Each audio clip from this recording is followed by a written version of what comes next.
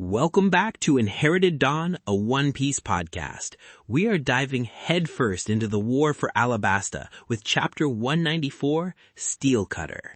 And what a title, because this chapter puts Zoro up against something he has literally never faced before.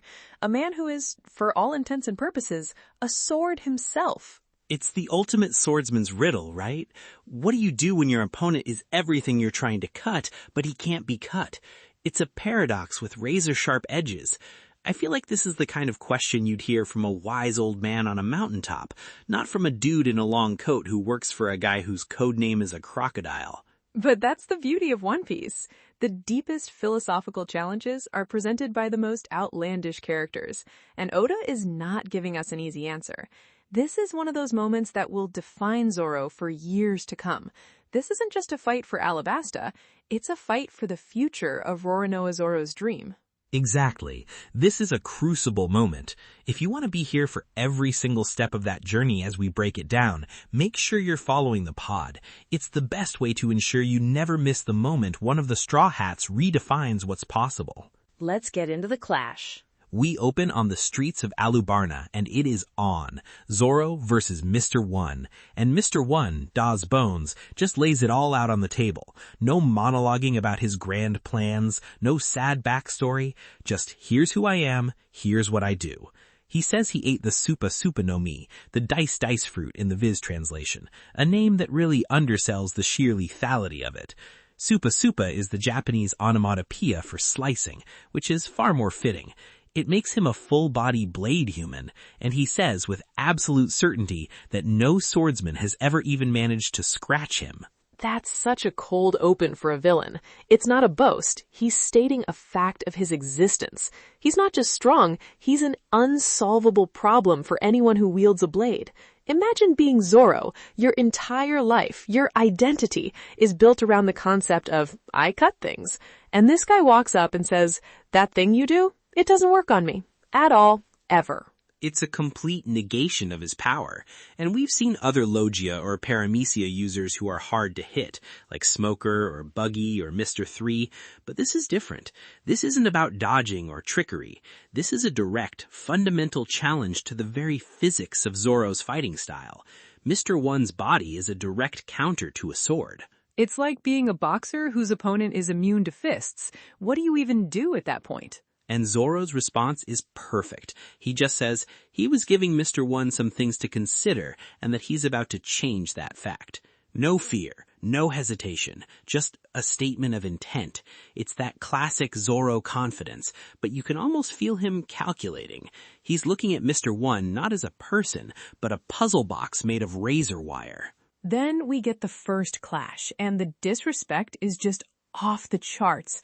Mr. One doesn't even use his hands. He just spins, his shin morphs into this long, sharp, polished blade, and he comes at Zoro with a kick. He doesn't even consider Zoro worthy of a proper sword-fighting stance. It's a way of establishing dominance. My limbs are as deadly as your legendary swords. You are not a threat to me. Zoro blocks it with two of his swords, Sandaiki Tetsu and Yubashiri, and the sound effect in the panel is this harsh, screeching gakin. It's not the clean ring of steel on steel, it's a grinding, struggling sound. You can tell right away this is different.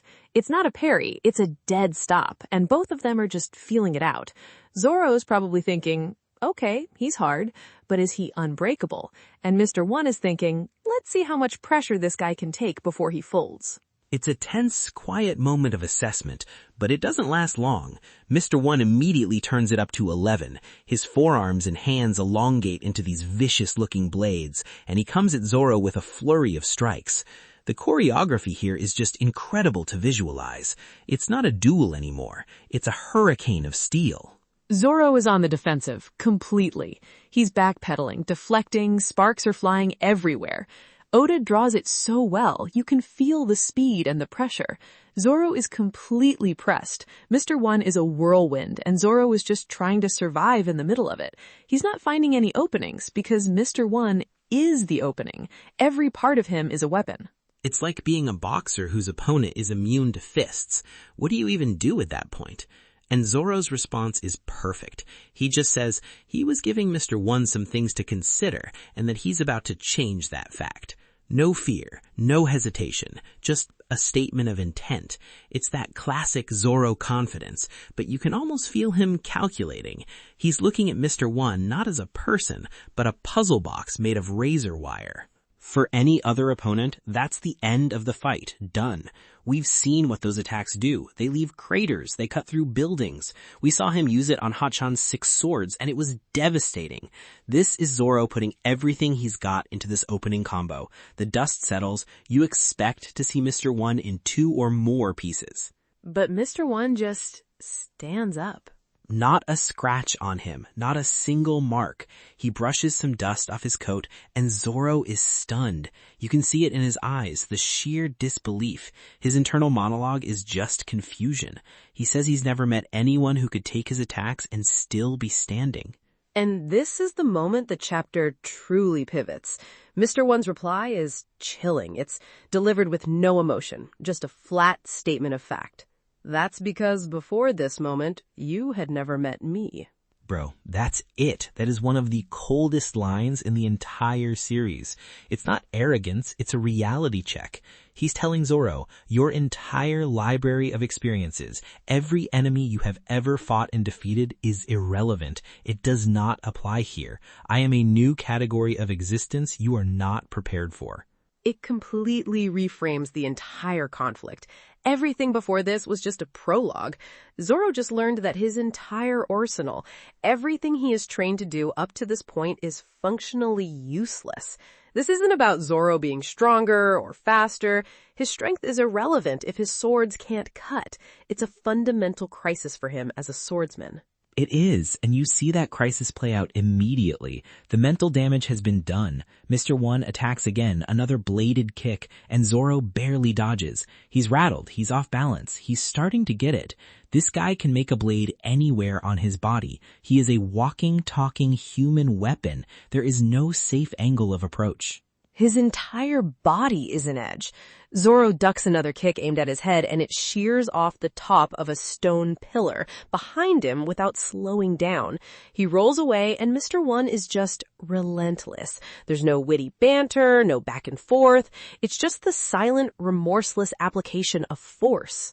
Then he uses a named attack, and it's a good one, Sparkling Daisy. He puts his bladed hands together, and these circular blades just bloom out from his palms and start spinning. It's not even aimed at Zoro, not directly. He attacks the space around Zoro, slashing at the pillars and buildings.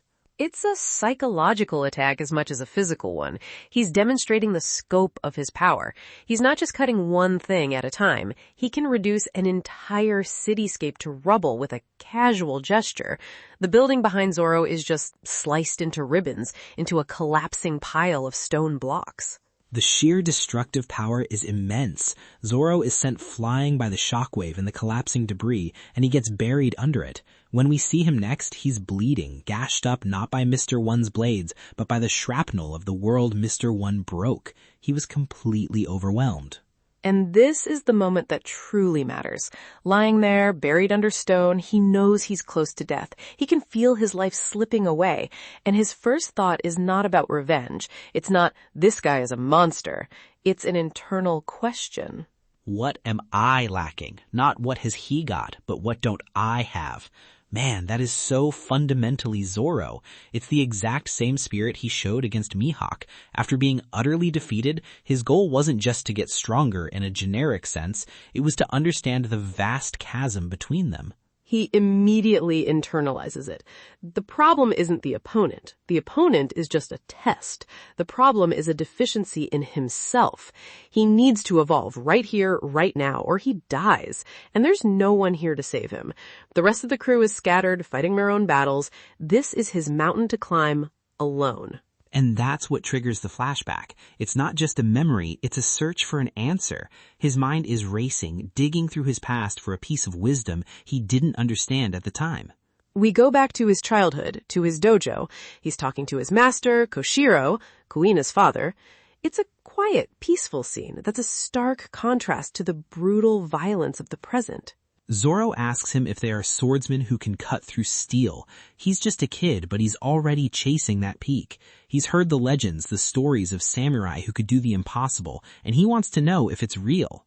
And Koshiro's lesson is so profound, so deeply rooted in the real-world philosophy of the sword. He doesn't just say yes or no. He gives Zoro a piece of paper and tells him to try not to cut it with his sword. Zoro, of course, can't do it. He's a kid who has spent his life training to slice things. His every instinct, his every muscle memory is screaming, cut. He slices right through the paper and he's confused. It's such a simple task, yet he can't do it.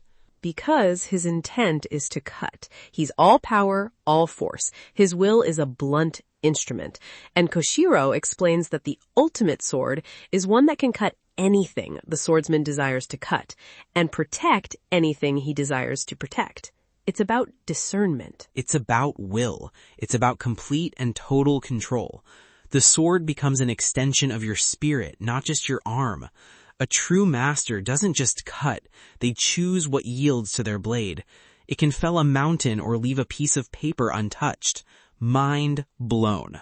This lesson feels like the conceptual core of something bigger, almost a precursor to the ability to impose your will onto the world. The idea that a sword is only as strong as the intent of its master. It connects directly back to the very first time he fought Mihawk. Oh, 100%. Mihawk defeated him with a tiny dagger, the Kogatana, against Zoro's 3 full-sized swords. It was never about the size or sharpness of the blade. It was about the mastery of the wielder. Mihawk even said to him, "You are merely a strong frog in a small well." He was telling Zoro that his understanding of swordsmanship was pitifully shallow. Exactly. Koshiro was planting the seeds for what it takes to be the world's strongest swordsman from the very beginning. Mihawk showed him the insurmountable peak he had to climb, and Koshiro had given him the climbing gear, but Zoro never understood how to use it. Oda has been building this philosophy for Zoro for nearly 200 chapters. And we've seen this problem before, haven't we? Back in Little Garden, Zoro struggled to cut Mr. Three's giant wax cake creation. He couldn't just slice through it. He had to figure out a different way, using a pose to generate heat from friction. He found a workaround. But a workaround isn't a solution. It was a signpost that there were materials in the world that his current level of skill couldn't overcome. Wax was the pop quiz. Steel, in the form of Daz Bonez, is the final exam. There is no trick to this. There is no fire or alternate strategy. The only way through is to fundamentally evolve as a swordsman. And now, back in the present, bleeding in the rubble, it seems like he's finally starting to understand the lesson. The paper, the steel, Mihawk's dagger, the pieces are clicking into place. Mr. One is taunting him, walking through the dust. He sees Zoro is still alive and says, with that same detached coldness, "I'm still waiting to be slashed, or have you given up?" He's just standing there, an impassive mountain of blades. And Zoro gets up, covered in blood and dust, leaning on his swords. He tells him not to underestimate him. And then he does something he's never done. He doesn't attack with his swords. He just reaches down and lifts a massive section of the destroyed building over his head. We're talking a piece of rubble the size of a car. It's a desperate act, but it's also a statement. My swords don't work, so I'll use the world around me. He's reverting to pure brute strength. It's almost an admission of defeat for his swordsmanship, but a declaration of his will to survive. He is refusing to die here. He throws it with a massive roar at Mr. One, and this is the line of the chapter for me. He's not talking to Mr. One anymore. He's making a vow to the heavens. He screams that when he learns to cut steel, it will be Mr. One's end. He's not saying if, he's saying when. In this moment of utter defeat, with his body broken and his techniques useless, he finds a new level of conviction. He has accepted the challenge. The fight is no longer about trading blows. It's about Zoro achieving a philosophical breakthrough in the middle of a life or death battle. It is a moment of pure, unadulterated shonen brilliance. Super! That is what makes these fights so legendary. It's not just about getting a new power-up. It's about earning a new level of understanding. This is character development through combat at its absolute finest. Zoro is literally being forged into a new kind of swordsman in the heat of this battle. And Mr. One is the perfect wall for him to break through. His response to having a building thrown at him is so simple. He just turns his arms into blades and says, "Anything that comes towards me, I will simply destroy it." Unflinching, unmovable. He is the ultimate test. He doesn't even seem angry or annoyed. He's just an obstacle. He slices the massive chunk of building into 100 little cubes that just clatter to the ground around him. It had no effect. Zoro's swordsmanship failed. His brute strength failed. He has nothing left in his current arsenal. The stage is set. Zoro has to evolve or die. And we're left hanging right on that moment. Unbelievable. What a cliffhanger. It's an incredible chapter for Zoro, really digging into the core of what it means to be a swordsman in this world. It's not about having the sharpest sword. It's about having the sharpest will. It really is. Speaking of things that are must-haves for masters of their craft, Oda's author comment this week is a classic. It's so mundane that it circles back to being perfect. It is. He says, "I bought a super functional chair that makes me want to laugh out loud. Sha-ha-ha. A good chair is a must for desk work." I love it so much. The man is in the middle of writing this epic war, this deeply philosophical battle for Zoro's soul, and his big victory for the week is getting a comfortable new chair. You gotta respect it. It's a reminder of the human being behind this god-tier story. The life of a mangaka. It's a marathon, not a sprint. You need good lumbar support. If Oda-sensei is comfortable, it means we get more chapters of this quality. I consider it a worthy investment in our collective happiness. Absolutely. He's building a legacy here. He deserves a good chair. What a chapter. I am vibrating with hype right now. I could talk about this Zoro fight for another hour. The stakes for Zoro have never been higher. It's not just his life on the line, it's his promise to Kuina. It's his entire dream. If he can't surpass this, he can never hope to face Mihawk again. It really is. If Zoro figures out this whole cutting steel thing, let us know in the comments what you think he'll be able to cut next. Diamonds? Sea stone? I wonder just how far that power can go. All right, predictions for chapter 195. What do you have? Okay, first, I don't think this fight ends next chapter. Not a chance.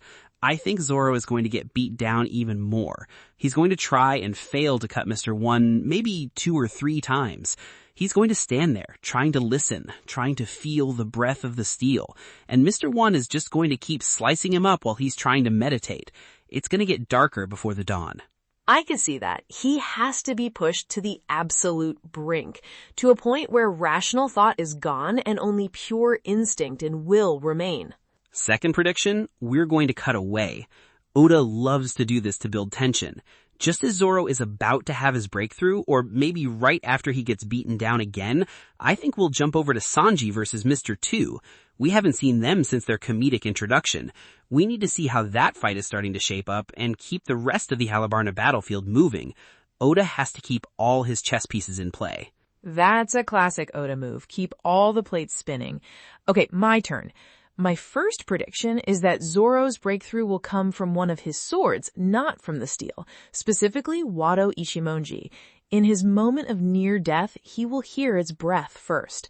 He'll connect with Kuina's will and spirit, which has always resided within that blade, and that will be the key. The sword will teach him to listen for the breath and other things. Ooh, I like that. That's poetic. The answer isn't outside him, it's something he's been carrying all along. It honors his past to unlock his future. That's good. Super good. My second prediction is that Mr. One is holding back. We saw Sparkling Daisy, which was a wide, destructive attack, but I think he has a far more precise and deadly technique. Something that isn't about widespread destruction, but a single, unstoppable killing blow. A thrust, or a perfectly aimed slice. He'll see Zoro as close to figuring it out and decide to end it. He'll use this ultimate attack, and it'll be something Zoro physically cannot dodge, forcing him to either cut it or die. A final exam delivered at the speed of sound. A perfect trigger for that moment of life and death clarity. The ultimate pressure to create the ultimate diamond. I can absolutely see it. Bro, I am so ready for the next one. The foundation for the future of the Straw Hat Swordsman is being forged right now in the blood and sand of this kingdom. in the crucible of Alabasta. Let's go.